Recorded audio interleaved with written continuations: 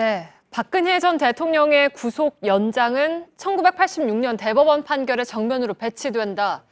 최순실 씨 측 이경재 변호사가 어제 기자회견에서 한 말입니다. 자유한국당에서도 유사한 주장이 나왔습니다. 팩트체크에서는 이 변호사가 지목한 이 판례가 과연 어떤 내용이었는지 법학자들과 확인을 해봤습니다. 오대영 기자, 이 같은 주장 사실입니까? 그렇지 않습니다. 우선 1986년 판결문 보겠습니다.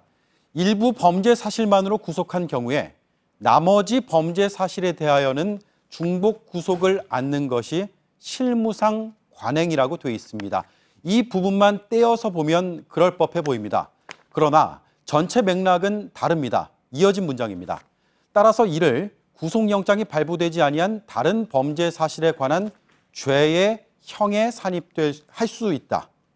즉, 실형 기간을 어떻게 계산하느냐의 판례입니다. 구속 연장에 대한 것이 아닙니다. 그리고 앞서서 실무상 관행이란 것도 관행을 지켜야 한다는 의미가 아니라는 것이 법률가들의 공통된 의견이었습니다. 네, 그러니까 법률가가 아니면 해석하기가 쉽지만은 않을 것 같은데, 그러니까 어쨌든 판결문 일부만을 발췌했다라는 거죠. 맞습니다.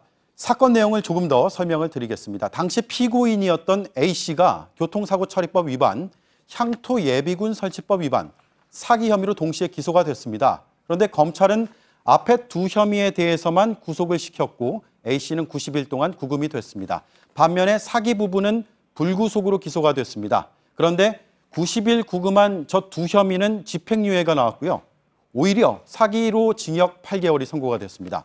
이 판결은 징역 8월에 이미 구속영장 집행으로 수감 생활을 한 저 90일을 포함시키자는 구금일수 산입 내용입니다. 구속 연장과는 무관합니다.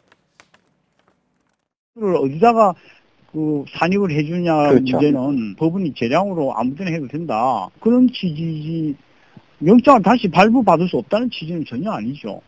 네, 그러니까 전혀 취지가 다르다는 건데 그러면 지금 상황하고 비슷한 다른 판례가 있습니까? 네, 대표적인 것이 노태우 씨 사건입니다. 1995년 11월 뇌물 혐의로 구속이 됐습니다. 6개월 뒤인 1996년의 5월에 반란, 내란 혐의가 추가가 됐습니다. 법원은 직권으로 구속을 6개월 연장했습니다.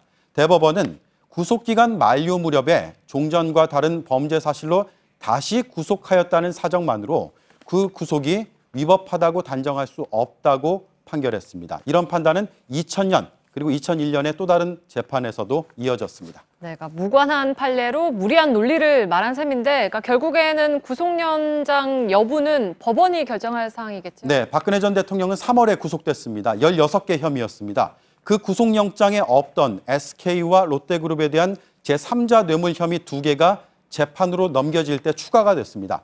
박 전 대통령 측은 이 2개의 혐의가 기존 16개 포함이 되고 그래서 다시 구속되면 안 된다는 입장입니다. 하지만 검찰은 개별 사건이어서 구속 연장에 문제가 없다고 보고 있습니다. 조만간 법원이 결정을 내립니다.